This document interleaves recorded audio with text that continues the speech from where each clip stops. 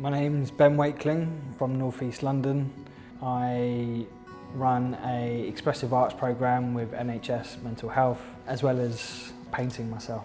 I'm not sure if my work sits in between vandalism, street art, psychotherapy and art. I'm not sure where I sit or belong. I've heard my work described as naive, radical, filled with expression. It's quite energetic and raw. I get my energy from lived experience. I think I paint what I know. I talk about things that have happened in childhood and things that happen in sort of my teenage years and into adulthood. Good, bad, a lot of complicated situations have occurred in my paintings, and some familiar symbols keep reoccurring, and these nude self-portraits become abstracted, and it's made me realise that I use art as a way as therapy rather than a driven ambition.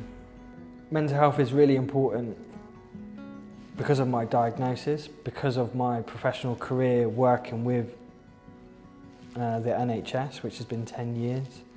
It's part of me. One day I just doubled down. Coming out of hospital, I just doubled down on it, and instead of hiding from it, I just started painting mental health. NHS, their logo, or words, putting it in such blatant, obvious public spaces without permission. It was exhilarating. It allowed me to get my anger and frustrations and confusions out without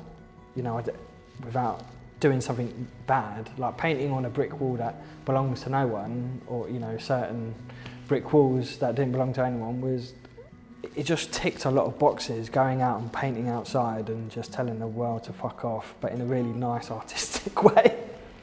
Was really what I needed. Yeah, I didn't think about it. It just sort of, these floodgates opened, and I didn't see it as a bad thing. I thought some of the best people I've ever met have been in hospital as a patient, or as a clinician. It's a really radical place, and I just needed to tell the world that mental health isn't horrible. The first time I fell in love with paint, I was in primary school, and for some reason there was an older kid in our class, and he showed me how to make light blue, and he put a load of blue out and a load of white, and he just swirled it all together. It was like a sledgehammer straight to the boat race. I couldn't believe what had just happened, and it just made me just fell in love there and then. That's my earliest moment of art, and I still carry that with me. Later on in life, I started to discover people like fine art and things like that, and the various shades of yellows and the pinks and the deep reds and the blacks, but I don't sit there and think. I just grab for the nearest one. So sometimes maybe it's just all a big fluke and a really lucky mistake that somehow they look okay. These are my love letters to my friends and family. They might not know, but they're all in my work, and it's all a way to share and celebrate, and to tell them how much I love them, and it brings out the best in me. It makes me feel 10 foot tall. I feel a bit confident after I've painted a bit or something. So I love how it gives me a bit of respite. My head becomes quieter. I love that. It's like someone taking a heavy bag off you for a minute. I love the way it makes me want to love. I love the way it breaks my heart, because sometimes when I'm in the middle of it, some of the badder parts of life come out, and I love the way it can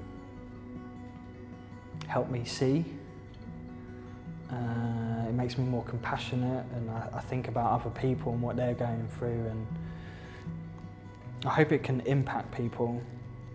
I hope it can break their heart, and I hope they can fall in love, and I hope they can see the authenticity. I really need to see, you know, I really need people to see the honesty in the work. That for me would be really important.